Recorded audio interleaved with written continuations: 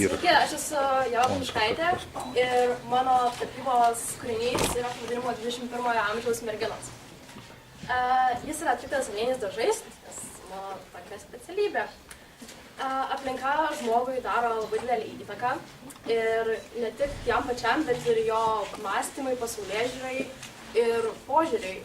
Todėl idėjos ilgai ieškoti neteko, nes tokia aplinka supa mane, kuri aplinka ne tik tai, kas vyksta realybėj, bet ir visose 21 amžiaus socialiniuose tinkluose.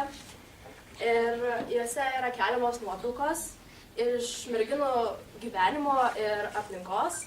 Taip ir kilo ši idėja.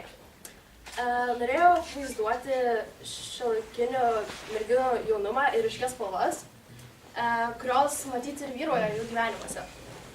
Tačiau narcisizmas yra taip pat gana didelė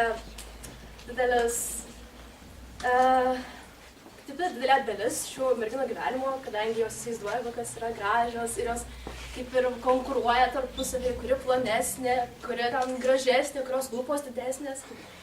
Tai ir norėjau ne tik parodyti, nors čia atrodo, kad tik labai saldu pas mane viskas, bet iš tikrųjų truputį yra ir tokio blogio parodyta. Merginoms dabar yra aktualu jų pateikimas per socialinę mediją, estetinis pateikimas, taip pat ir kas jom patinka. Ir per šiuos tapybos metus aš iš tikrųjų suradau savo tapybos kaip ir stilių, kuris man patinka, kurį tapydama jaučiu tokį džiaugsmą, nes jis toksai optimistinis, pilnas spalvų.